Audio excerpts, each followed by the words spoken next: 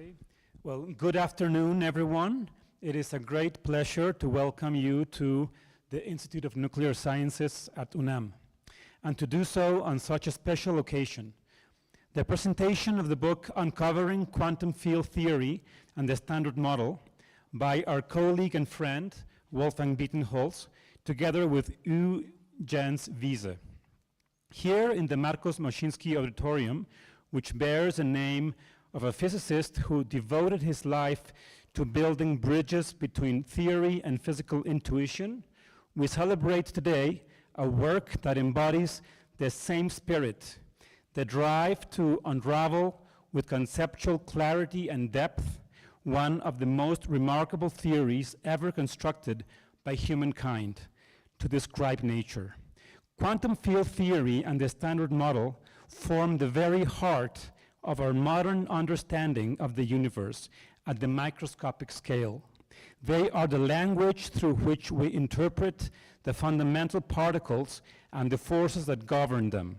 Yet, for many, they remain a landscape of daunting technical and conceptual complexity. This book achieves something exceptional. It makes that landscape accessible without oversimplifying it, showing that the beauty of physics lies not only in its equations, but also in the conceptual structure that sustains them. Wolfgang and Uwe-Jens have managed to intertwine pedagogy and rigor. Through a carefully crafted narrative, the text guides the reader from the foundations of quantum field theory to the dynamical mechanisms of the Standard Model, including contemporary advances that explore what lies beyond axioms, grand unified theories, technicolor, and more. In every chapter, one senses the accumulated experience of those who not only understand physics in depth, but teach it with passion and clarity. This book will not only serve as a reference text for graduate students and young researchers, but also as a source of inspiration for those already working in theoretical physics. It reminds us that the most precise theory of nature continues to open new questions and unforeseen paths. For the Institute of Nuclear Sciences, this publication is also a reason for collective pride. It reflects the strength of our research in theoretical physics, the international collaboration that characterizes our community, and our vocation to share knowledge beyond specialized circles. Dear Wolfgang, your career at our institute has been an example of commitment to rigorous science, teaching, and intellectual openness. This book is a natural extension of that work, a legacy that will undoubtedly inspire generations of students and readers around the world.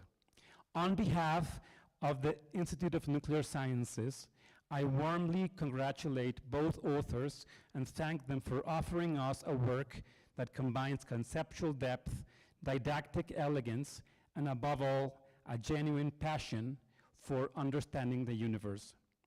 Congratulations, and may this presentation also be a celebration of knowledge, curiosity, and the university spirit that unites us all.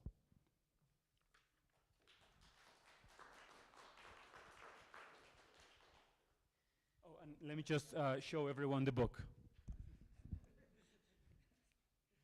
Here's the book.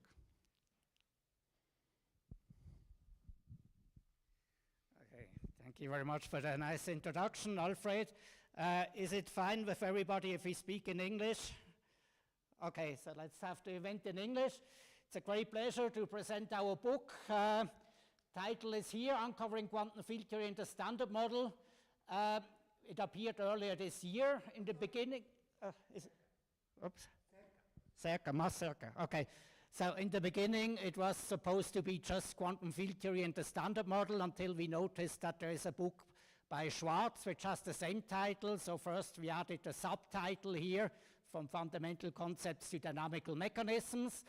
And then the word uncovering is based on a famous citation by Vicky Weisskopf, who said, it is better to uncover a little than to cover a lot. After all, the book is quite long, more than 700 pages, so the ideal goal would be to uncover a lot. Okay, when we worked on it, I was convinced that it would be the first textbook on particles and fields in Latin America. Is not the case, but maybe it is in fact the first one with an author working in Mexico. I don't have Mexican citizenship, but I'm working here. Then I got aware that there is a gentleman called Nastase from Romanian origin working in Sao Paulo who published a little bit earlier an introduction to quantum field theory, but still, okay, there are not many around. And as you see from the title, we demand, first of all, some respect for the standard model. Everybody speaks about physics beyond the standard model, but first, if you want to go beyond the standard model, first you should understand, you should know the standard model itself. It is a great theory. It is nothing less than the most precise scientific theory that humanity has so far. The real origin of this book were lecture notes by Uwe-Jens when he lectured in Aachen, Germany in '92, and I got involved 11 years later when I was still working in Berlin. Uwe-Jens visited us for a seminar, and then we went for a walk near the Brandenburg Gate. He told me about this book project, that is notes that he had, and he generally offered me to turn it into a joint project. And at that time, we thought it is easy to finish, and we completely underestimated how long that would ever take. So this is Uwe-Jens, so you can also see him up there. Since he has unfortunately never been to Mexico yet, by the way, we should all encourage him to visit us someday, but I start with a mini CV, with a semblanza. So he was born and studied in Hanover, in northern Germany. Then he had positions at DESY in Hamburg and in Jülich. And in '91, then he spent a year in Bern University, where we first met. That's when I was still working on my PhD. And at that time, he also lectured then in Aachen. This is the origin of this lecture notes. So it's a condition for this habilitation that we do in some countries to get authorized to teach at university. Then in 1994, he became a junior faculty member and a Sloan Fellow at MIT. And in 2001, he returned to Europe, then again to Bern, capital of Switzerland, and ever since he has been a professor there. And his fields of research, to summarize it very briefly, is around strongly interacting quantum systems. This applies to particle physics, lattice field theory, but also systems of condensed matter. He has also done a lot of work on quantum mechanics, development of algorithms for simulations, and recently he has done a lot of work on quantum computation. And this is the statistics that I found on Inspires, 203 articles and close to 10,000 citations. But this is incomplete because not all the condensed matter articles appear there. So that's why you take the Google Scholar. It is more 14,000 citations and H-index of 55. And he got a European Research Council grant in 2014 over a period of 5 years. They are very ambitious, gave him a lot of research capacity, and in 2022 also a Humboldt Research Award. So this is to present Uwe-Jens. Now back to the book. Over about 10 years, the progress was only sporadic. And meanwhile, I had moved to Mexico in 2009. And so in 2000, okay, of course, if you have a half-written paper, then you say, okay, we work on it for 1 or 2 months, and then maybe it's finished. But if you have a half-written book, then you can work on it in a few months, and you don't see the end. Don't see the end at all, and then you start doing other things again. So then 2016-17, we agreed I would go to Bern for a semester of sabbatical. And we had, again, the naive intention that it should be sufficient to finish this book. And we had a bad start, so the first notes that we had, this is the final version for chapter 1 and so on, were on his laptop. We typed it in his office, And then, unfortunately, when he took a night train in Germany, his laptop got stolen, and we didn't have any copy of that, so a bit a bad start. And at the end of this half a year, we had at least a book proposal, which we sent to Cambridge University Press.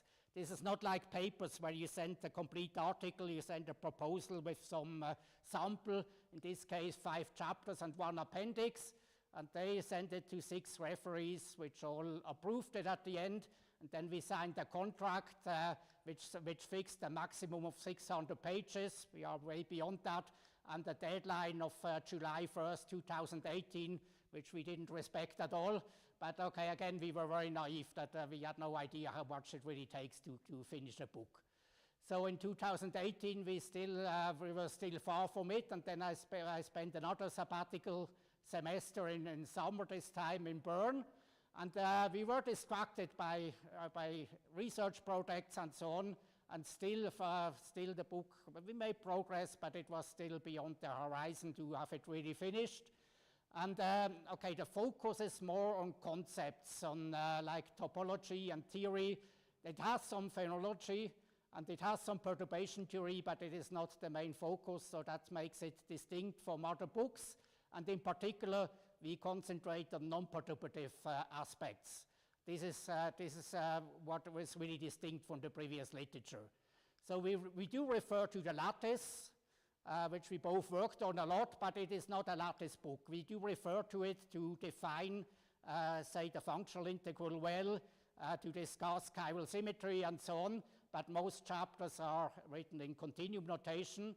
And also a point of distinction is that we explain, for instance, what are actually particles. I checked that there are lots of textbooks with particles in the title, which never explain what a particle is. Okay, all the formula are in terms of fields, and but how do you get from a field to a particle? Then we have a toy model in one of the first chapters, which develops how is the quantized minimal excitation and so on, what is actually a particle, which is often ignored. Then, okay, this is from the discussion. You see here very nice handwriting, so it must be from Uwe-Jens. And then this is what is now chapter 17 in this book. And we included, based on referee suggestions, some subjects like young males gauge fixing, which we did not have in mind in the beginning, because okay, if you come to the lattice, you don't really need gauge fixing, but okay, then one referee insisted that we should have that. But another referee suggested we should include supersymmetry, and this we refused. So we have remarks about it, but we do not introduce it. Okay, this is done in lots of other textbooks. And okay, the referee wrote, if supersymmetry will be discovered in a couple of years at LHC, then you are in a bad position with your textbook. That we said, okay, we agree to take this risk. Okay, then came the pandemics. This is me during the pandemics. Then we had frequent video calls. It was always a pleasure to say hello to the little daughter of Uwe-Jens and the video calls, called Maria. And Uwe-Jens worked intensively during the pandemics, for instance, on the canonical formulation of fermion fields, which in the beginning we also didn't anticipate. And here's the list of people who read part of the books, proofread, and gave it advice. For instance, Oliver Baer, an expert on chiral perturbation theory, Debashish, who checked exactly this fermionic part, Detlef Buchholz, he is an expert on infraparticles that we will hear something about. Buchmüller, we will also come back to him in a moment. Urs Gerber, you might know, he has been a postdoc here. Koala Chunti is an expert on neutrinos. Martin Lüscher is the pope of the lattice community, to say, and Colin Morningstar, Mike Pearden are the leading experts on glue balls. Lilian Brado was also a postdoc here at ICN. Rainer Sommer is maybe the leading expert on scale scatting on the lattice, and these last two names you might be also familiar with. So the early version, okay, we had an introduction of about 14 pages, a kind of overview of what we are going to do. And this is what we sent also to Martin Lüscher, and we thought, okay, he certainly appreciates that we soon come up with something quite non-trivial, but then he told us quite the opposite. He said, well, for instance, you do not assume knowledge of gauge theory. We only assume quantum mechanics and special relativity, and then the reader will get lost in the second or third page, so that's not a good way of introduction. And then we took this very serious and moved most of this to the center of the book after field theory is already introduced, and I like the term intermezzo for this. And then it was, we had still some introduction, much shorter. Then it was obvious to call this the ouverture, and some final remarks. Okay, this is the finale. And so we have actually the structure of a concert. And in total, there are 26 chapters. They come in 4 parts. And then we say, okay, if we have the structure of a concert, we can link it to Antonio Vivaldi, the 4 seasons. And the 4 seasons, in our case, this is quantum field theory, standard model, strong interaction, and selected subjects beyond the standard model. If we really want to teach everything, it would take probably about 3 semesters. And we finally submitted it in December 2022. The editorial told us it takes on average 9 months, like a pregnancy, to publish it. And we were even optimistic that it would be faster because we have used the style file from Cambridge and everything, but no way. Okay, in summer 2023, they sent us an edited version with about 10,000 modifications, which we had to go through. Okay, they moved a lot of commas. Okay, they can put them where they like, but they introduced some errors, so we really had to be careful. On the other hand, they also fixed some errors that we had. For instance, we have written Klein-Gordon and Klepsch-Gordon. We thought it is the same spelling, and they noticed that it is actually a Gordon, not a Gordon. And we were puzzled how they found out, if there's anybody in the editorial team who knows about physics or so, and we never could really clarify that. In any case, we thank in particular Sunanta Ramamurthy. She was working in India.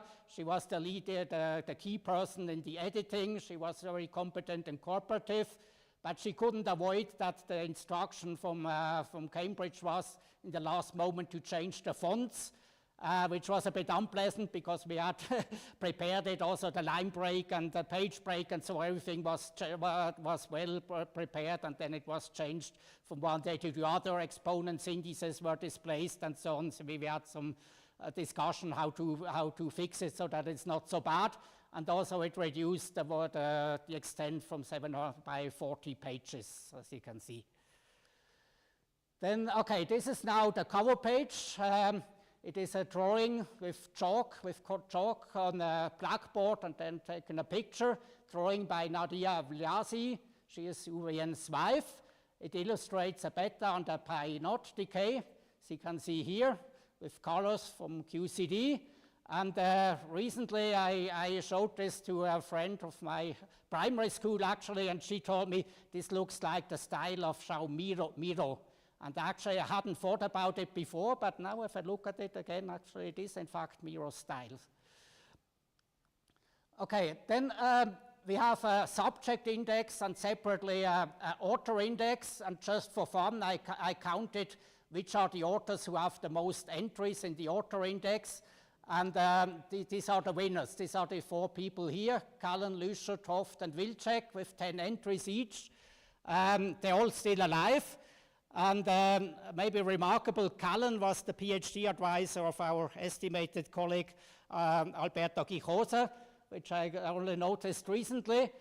And we were a bit surprised actually that he's here. Then we only got aware how important Cullen actually is. Okay, Lüscher is, as I told you, the Pope of the lattice community, and these gentlemen you might also know. They're followed by Weinberg, and Albert is still here. And you have here Feynman and Wilson. And one referee commented that, okay, this is a book like Ken Wilson could have written it, but, and here I'm hiding the unpleasant part, but he added, but the authors are not Wilson. So it's a bit nutty comment, but I must recognize that he has captured quite well the idea of the book. So renormalization group plays an important role, and the connection between solid state condensed matter systems and quantum field theory. And here we have further famous names that most of them you're certainly familiar with. So then we have this Reisner-Rusecki problem. Ulf Meissner had published a little bit earlier a book, and he told us, be careful, they printed our book such that it is, the page here on the left is moved very much to the center. So if you want to read to the end of the line, you have to press on the book like an elephant to be able to read it. And on the other hand, there's a large margin here on the left, which is not really needed. And so we had to some discussion with the editorial, but I finally agreed that they moved the text a little bit to the left, so one can it's more convenient to read it. And when I mentioned this to Christian Schubert, our colleague in Morelia, I said this must be related to Fermat's last theorem. So they wanted to provide a lot of space here, a large margin, so that people can write their proofs there. Okay. There was also some confusion about the endorsers, but at the end of the day, we have very nice endorsements by this gentleman here, or this lady here, Ed Witten, Will Detmond. He has probably written the most precise description of the book. Wilfried Buchmüller, Paul Damgaard in Denmark, and Teresa Mendes in Sao Paulo.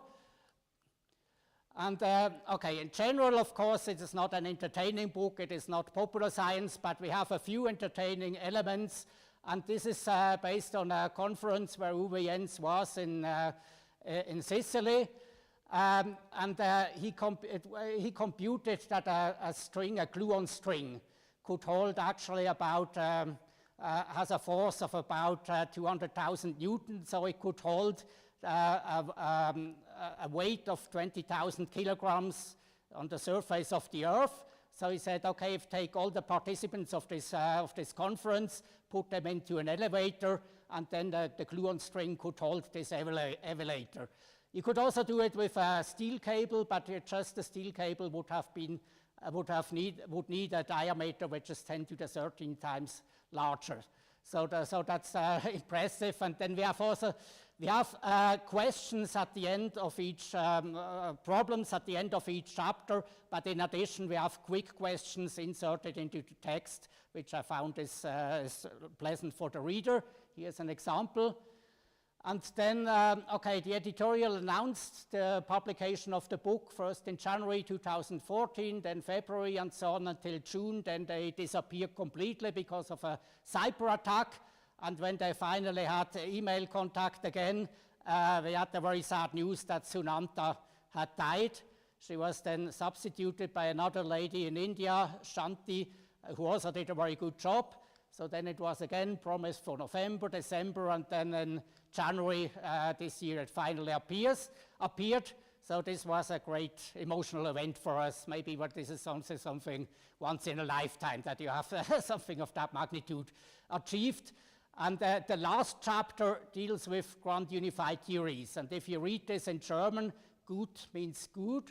And there's a German saying that Ende gut, alles gut means if the end is good, everything is good. So this applies well to the publication of this book. So then in the first 5 months, it sold quite well, 640 copies.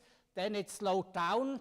Just checked it yesterday. We are now at 740. Still, it is not bad. According to the internet, academic books have in their entire lifetime something between 500 and 1,000, so this is quite okay. And yeah, this is where we can check the selling rate here. This is, you see there are the 74 were sold in advance, and then there are only 36 digital copies, so still the e-books are not that popular. And there's a funny incident with the Google Scholar. First it had the entry correct, and then for some reason that we don't understand, it was suddenly turned into another entry which says, okay, it deals with American history, and then there are these 3 numbers. I don't know what the numbers mean, but the last one is supposed to be the year, so that in the chronology it is at the very end. So Cambridge now sent them a message trying to fix this entry. And the news just of this weekend is that an article about the book appeared in the CERN Courier, which is bi-monthly, so this is the November-December edition. Okay, this is supposed to represent a die-on, the responsibility of the editors, but Wilfried Buchmüller has written this article, which is very nice, and this is maybe then the moment to give the word to Uwe-Jens. Yeah, thank you very much, first of all, from my side, also to Alfred Cortez for this really nice introduction, and to you, Wolfgang, for organizing the whole event and for a chance to present our common work here to you. Yes, Wilfried Buchmüller played a very special role for me because he came to Hanover as a professor when I was about to leave after having worked on my PhD. And he was actually the first person who represented particle physics and gave standard lectures on quantum field theory. But that all happened after I had already moved on to my first postdoc position. Now, basically the first thing that Wilfried Buchmüller did in Hanover 40 years ago or so was to participate in my PhD exam and examine me about quantum field theory. And since I never heard any lectures about it, although I had worked on my thesis, there were a lot of things that I couldn't answer properly. And so after the exam, which I still passed, not so badly actually, he patted me on the shoulder and said, "Young man, you really have to learn a lot." So I think by actually reviewing our book quite positively, in some sense, indirectly, he acknowledges that indeed I learned a lot. And a lot of what I learned, also in collaboration with Wolfgang, has made its way into this book. And since I never really was indoctrinated by a standard textbook presentation, I think it enabled us to present the subject from a somewhat different point of view. And one thing which Wolfgang has already mentioned is that indeed we are trying to explain things so that a person with a bachelor degree in physics, with knowledge in quantum mechanics, classical physics, classical statistical mechanics, and not much more, is able to really, by investing quite a bit of work and reading the book, able to understand what quantum field theory is all about, what the standard model is, and what some theories beyond the standard model are looking like. Okay, so then Wolfgang asked me to walk you through the table of content. And the book has 4 parts, as he already mentioned. The first part is about quantum field theory. And the focus of the whole book is really about basic concepts, fundamental structures, dynamical mechanisms, much more than about detailed, especially perturbative techniques, for example, in non-abelian gauge theories, or also the very rich particle phenomenology of the standard model. This is so extremely well covered in other books that our focus is somewhere else. So on the one hand, we also take a non-perturbative point of view, and we pay attention to basic structures, fundamental structures like the symmetries, how the symmetries are realized, are they spontaneously broken, explicitly broken, broken by anomalies, etc.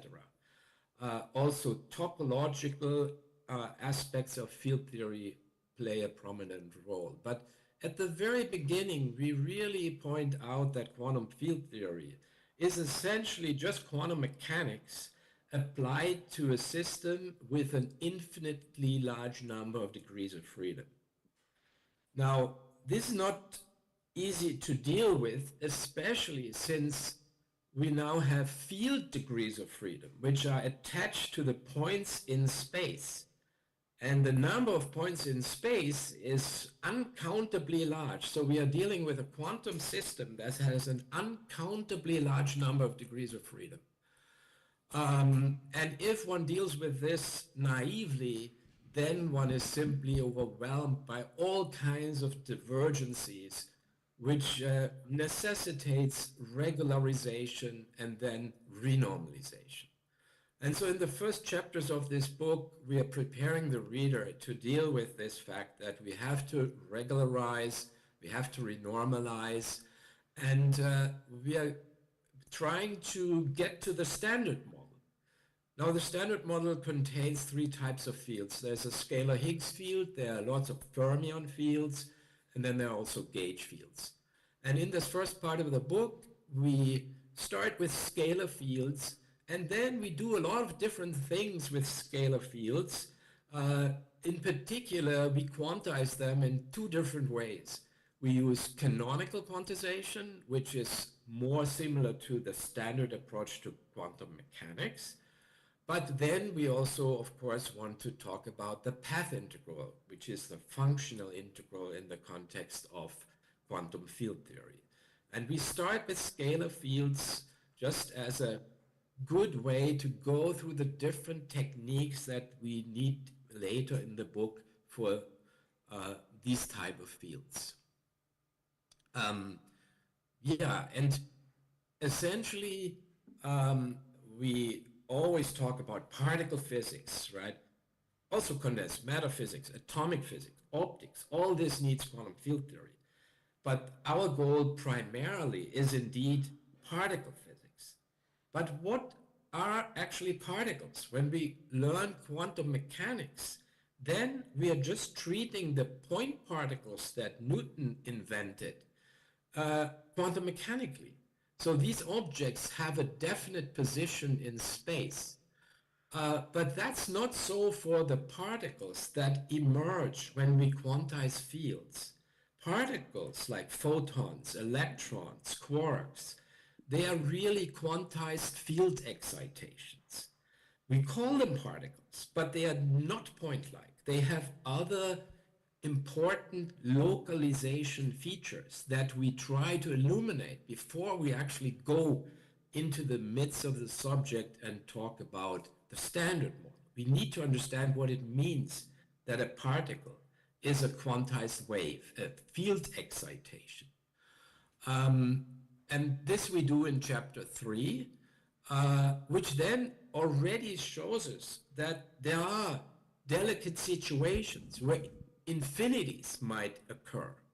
And these infinities occur in quantum field theory if we insist that we want to deal with a continuous space which contains an uncountably large number of points. So that leads us to deep questions which we cannot answer ourselves, but we want the reader to think about them. We want to point the reader to things that are currently not understood. And one question that we raise at the end of that chapter 3 is, what is space? Is space really ultimately a continuum? Is it maybe discrete so that the divergences in the ultraviolet from the very short distances actually aren't really there? We don't know, but that's an important question for the future. But then we also want to teach what people, the majority of the community thinks, what the essence of quantum field theory is. And for very good reasons, many people constantly calculate Feynman diagrams because a lot of physics is perturbative, and then you need to learn how to deal with Feynman diagrams. Then you regularize the theory, not by discretizing the space, which is what you do in the lattice approach. You actually perform an analytic continuation of the dimension of space-time. You go away from 4 dimensions a little bit. That's called dimensional regularization, and that for sure one needs to understand when one wants to become an expert in quantum field theory. That's the subject of chapter 4. So yeah, so then we also learn about renormalizability and all these things. Then comes chapter 5 about the renormalization group. I will not go into many details, but this is the theory that makes us really understand why physics works at all. In particular, we don't need to understand the hypothetical theory of everything. whatever it might be, something that happens at the Planck scale, which we can only guess or dream about. We don't need to know these things in order to do the physics at the scale where we are with the Large Hadron Collider or even with condensed matter physics. Every system has its own description, and these descriptions are related by scale transformations, and that's what the renormalization group is all about. So we understand why field theory works by understanding what the renormalization group is. Yes. Then, of course, we don't only want to deal with scalar fields like the Higgs field, which produces particle excitations that carry a spin 0. We also want to talk about gauge fields. And the simplest gauge field we all know from our bachelor studies is the electromagnetic field. So in chapter 6, we quantize the electromagnetic field a little bit differently than in other books, but I will not spend time to go into those details.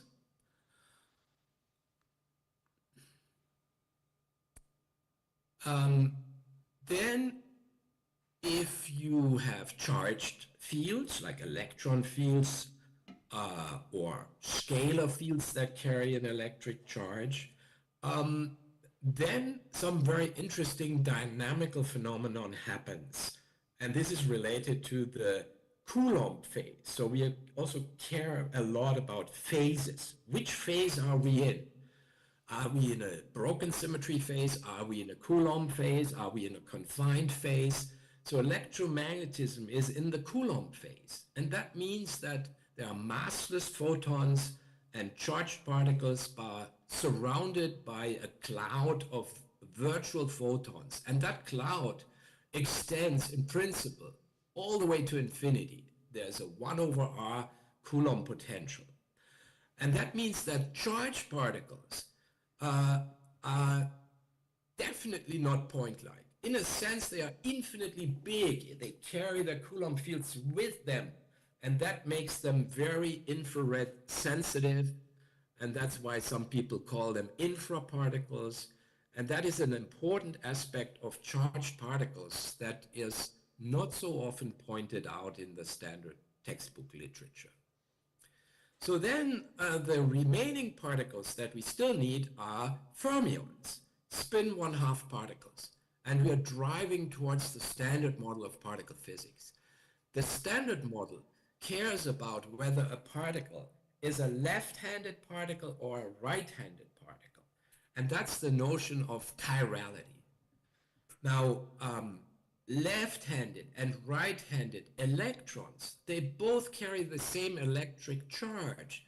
So when we talk about Dirac fermions, as Dirac did when he pioneered the relativistic fermions, he didn't have to care too much about left or right. But in the standard model, where there is only left-handed neutrino fields, but no right-handed neutrino fields, you need to work with Weil fermions, which are handed fermions. So this is something that we clearly do from the beginning. We build everything with Weil fermions. If you take a left and a right-handed one, put them together, you get your Dirac fermion. But the fundamental object is a Weil fermion. Okay, we can go on. And first we quantize the fermions with canonical quantization. Then we also do this with the functional integral, which means we have to talk about Grassmann numbers, about Pfaffians, fermion determinants, etc. Let's just move on. And we care a lot about the chiral symmetry. What symmetries are there? Because you have separately left-handed and right-handed objects. You can do something on the left, you can do something on the right. That's called chiral symmetry. And chiral symmetry is a very subtle symmetry, especially when we want to turn it into a local symmetry, a gauge symmetry, which is what happens in the standard model. So we do a lot of preparation for those subtle discussions that we will encounter in part 2. And that's the standard model. And the standard model has not only abelian gauge fields like the electromagnetic field, it also has non-abelian gauge fields for the weak and the strong interactions.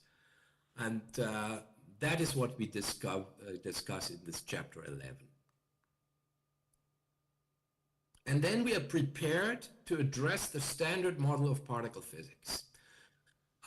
First, we present the concepts, as Wolfgang already said. It was a not so great idea to put all that in the very beginning of the book. Martin Lüscher convinced us to cut that part out and present it separately when people already understood what a gauge theory is, what a fermion is, etc. But now we can really concentrate on the standard model itself. And there we build the standard model step by step. This is our, hopefully, more successful pedagogical attempt to really build the standard model in small steps and explain all the dynamical mechanisms that come into play as we are doing this. We don't put the whole standard model in front of you as a monolithic block so that you are confronted with everything at the same time. No, we start with the Higgs field, which is the simplest field of all. The last one to be discovered experimentally, but conceptually the simplest field. That means we can understand the Higgs field in comparison to certain condensed matter systems. These are systems with just a global symmetry. We have not yet introduced gauge fields. And then there's a lot of things like Goldstone's theorem and whatnot that we present in the moment where we have the Higgs field and nothing else at this moment. And then we add gauge fields. This is absolutely necessary. The main dynamics is gauge dynamics in the standard model. And so this means we need to introduce the electroweak interactions. And then the Higgs field develops part of its full dynamical power and gives mass to the W and Z bosons, leaves the photon massless, and gets the whole dynamics going. But then, in the standard model, electromagnetism and the weak interaction are not truly unified. They are coupled together, but they are not the same thing. But that's the idea of grand unification. But for grand unification, you would also need the strong interaction, which we don't have at this moment. So we introduce something that we call small electroweak unification. How would the theory be different if electromagnetism and the weak interaction would truly be unified? It's not the standard model. And so this is a kind of naive idea beyond the standard model, but the reader is ready to digest this in that moment. Therefore, we present it already now, before even talking about the strong interaction. But then it's time to introduce the strong interaction.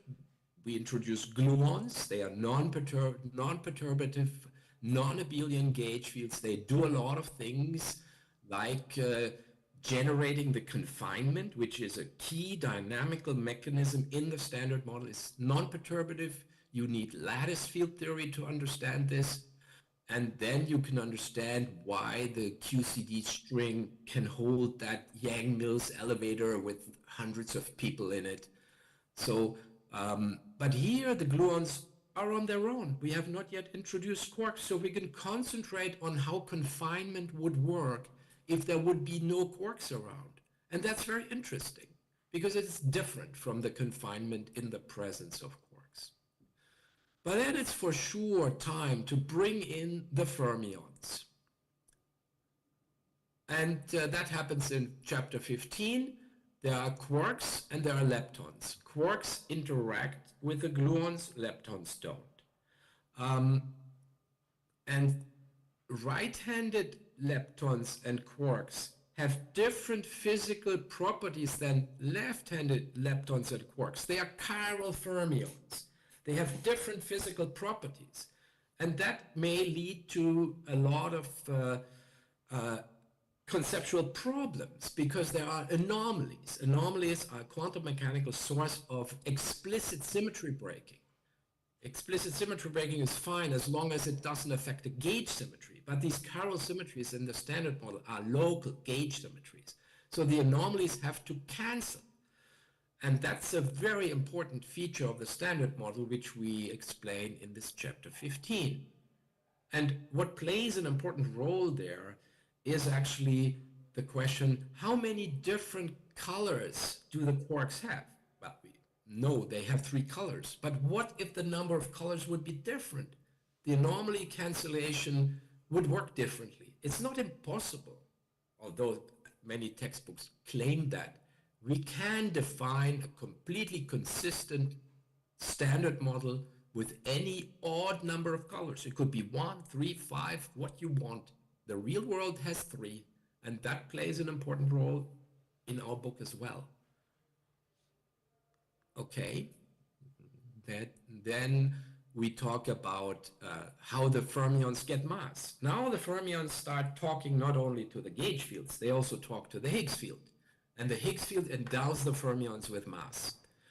And then we are ready to try and ask, do we understand why the electric charge is quantized? Yes, we do, but only if we insist that fermions are massive.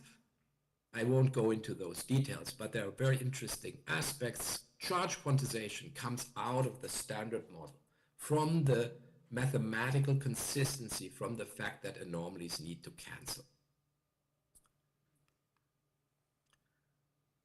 Okay, then we also talk a bit about phenomenology. You can learn about how neutrinos work, how neutrinos can be massive, how neutrinos can oscillate.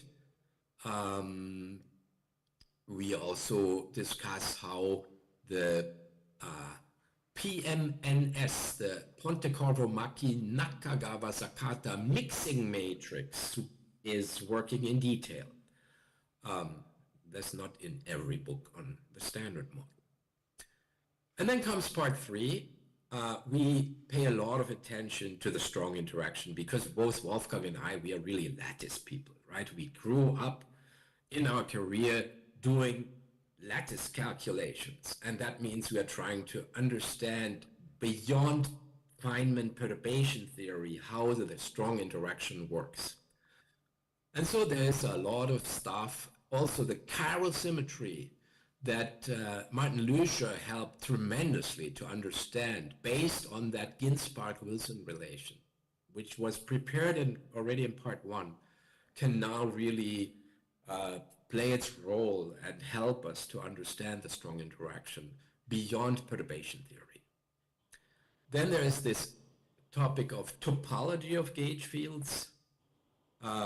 Gauge fields have winding numbers, they have topological charges.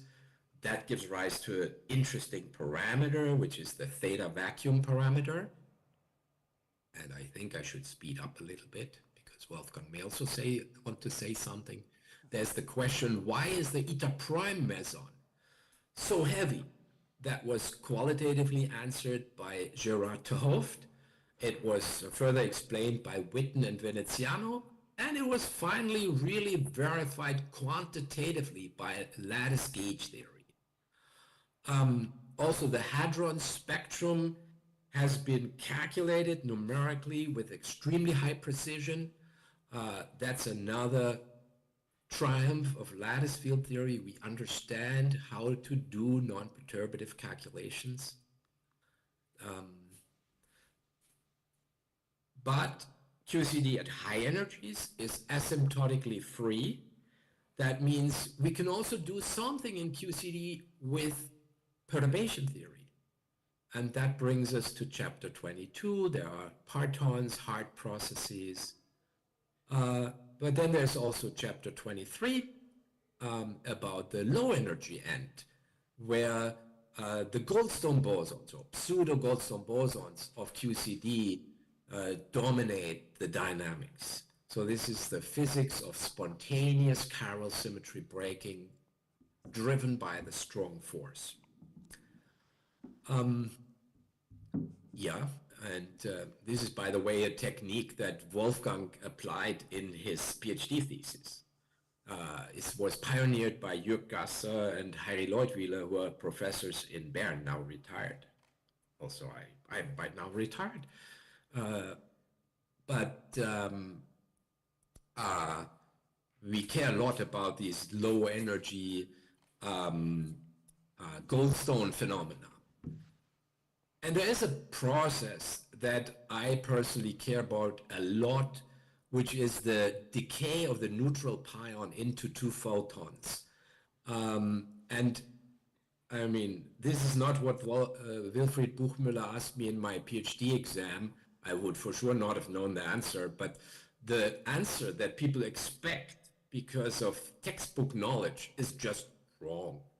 And this we straighten out in the book. We point out that this decay does not indicate that we have three colors. We have three colors in the real world, but we should not conclude that from the Pinort decay. There's a lot of interesting stuff going in there, like the Westermino-Witten term and all these things we try to explain in this chapter 24. Which then brings us to the fourth and last part of the book, and there are some problems beyond the standard model, not only woven into the text, which we also do, like Technicolor was already mentioned in the previous parts, but there is the problem why this vacuum angle theta of the strong interaction seems to be compatible with zero experimentally. What's the theoretical explanation of that? Nobody knows that for sure, but maybe it has to do with Apache-Quinn symmetry, with axions.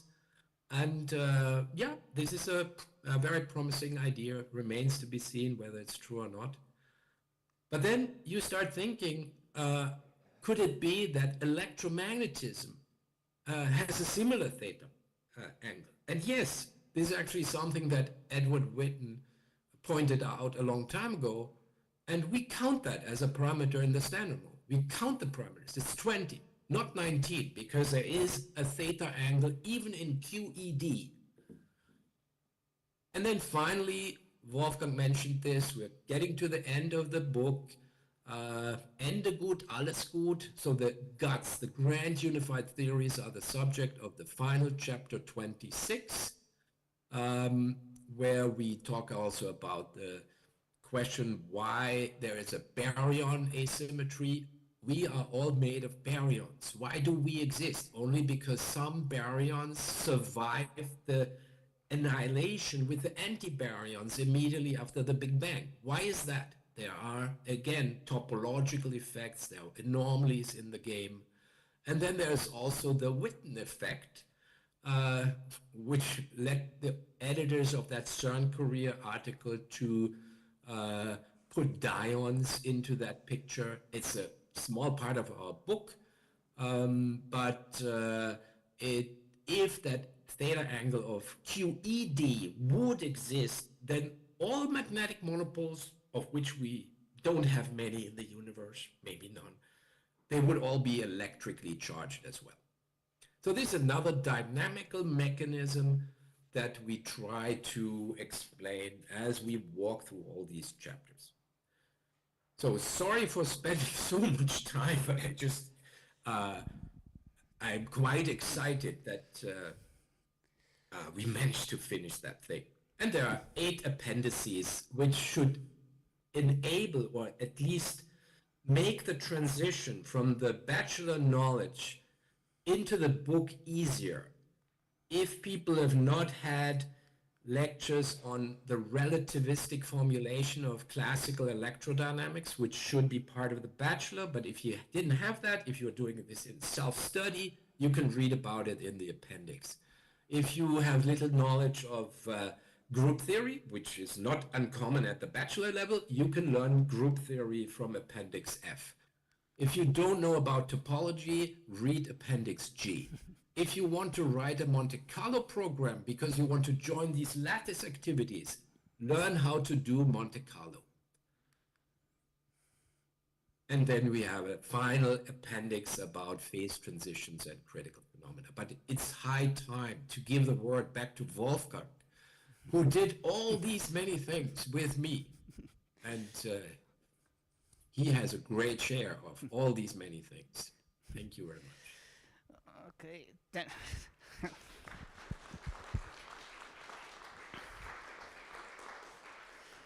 Thank you very much for the nice overview, Uwe-Jens.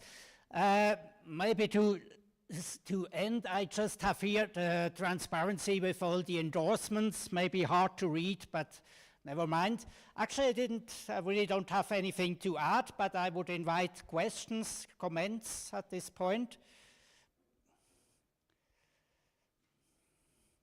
Yes. Tenemos otro micro? Okay, first of all, congratulations for your book. It's a really nice book. I have read some chapters. My question is the following. So what was the most difficult chapter to write and why?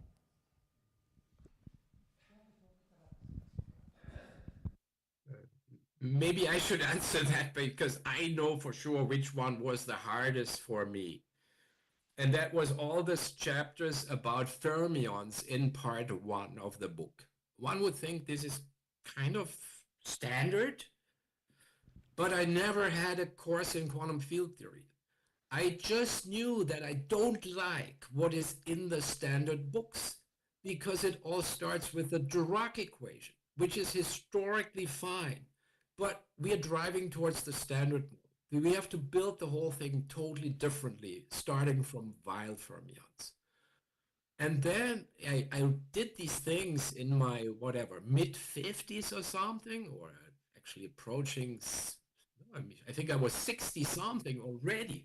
And I realized, man, I don't understand fermions enough, right? And it was some kind of hurdle which I was afraid to jump. Then the pandemic came, I sat down, I had to do everything out of the home office. That was hard work. Many other things were just a lot of fun, but the fermions, for me, they were difficult. What about you, Wolfgang?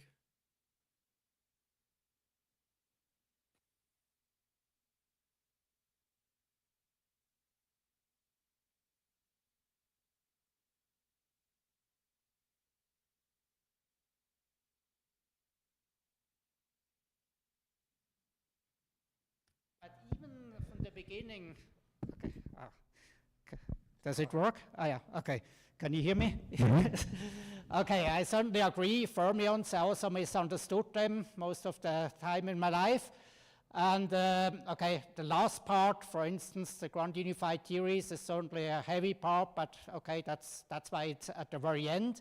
Even the appendices were quite tough as well. And also, let's say, apparently simple things that we had in the introduction until you have it in really a neat form to say this is really the final form. It took a lot of iterations and cycles of corrections and changes and so on. So I would say none of the chapters was easy.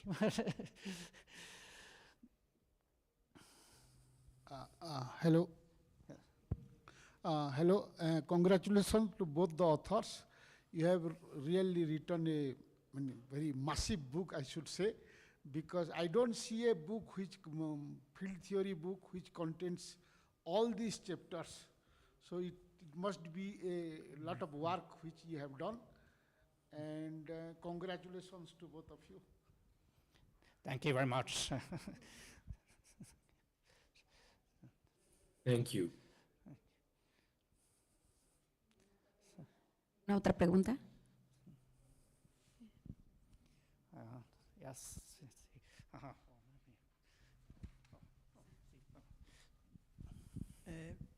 What do you think is more like a reference book about this quantum field theory and the standard model, or it's a really textbook of a one semester course or something like that, or because No, it looks very large. No, Yeah. You will not get through it in one semester. Again, if you really want to cover everything, we estimated it would take 3 semesters. Yeah? But of course, you don't need to do that. You can also, three. Of course, you don't need to do that. If you say, okay, I only want to introduce quantum field theory, don't need to get to the standard model, then it's fine with the first part.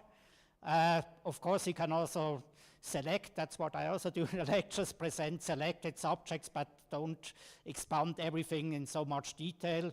Then you get maybe to part 1 and 2 in a condensed way in one semester, but it is not.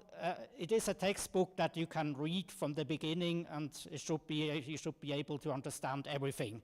So if you know, let's say we said the basic ingredients are quantum mechanics and special relativity, not more.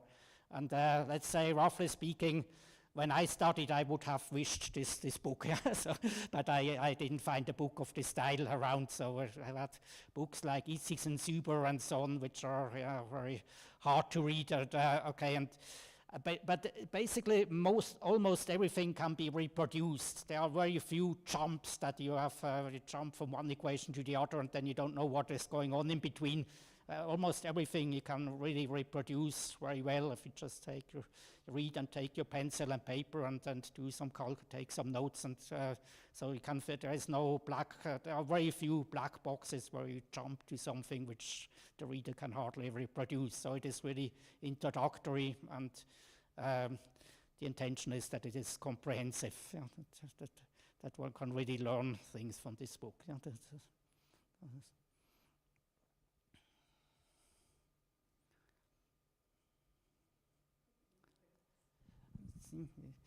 You can ask questions where any.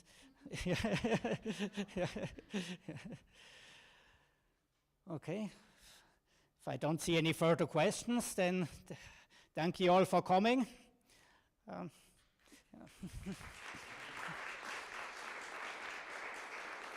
Yeah. Thank you very much also from my side. Okay.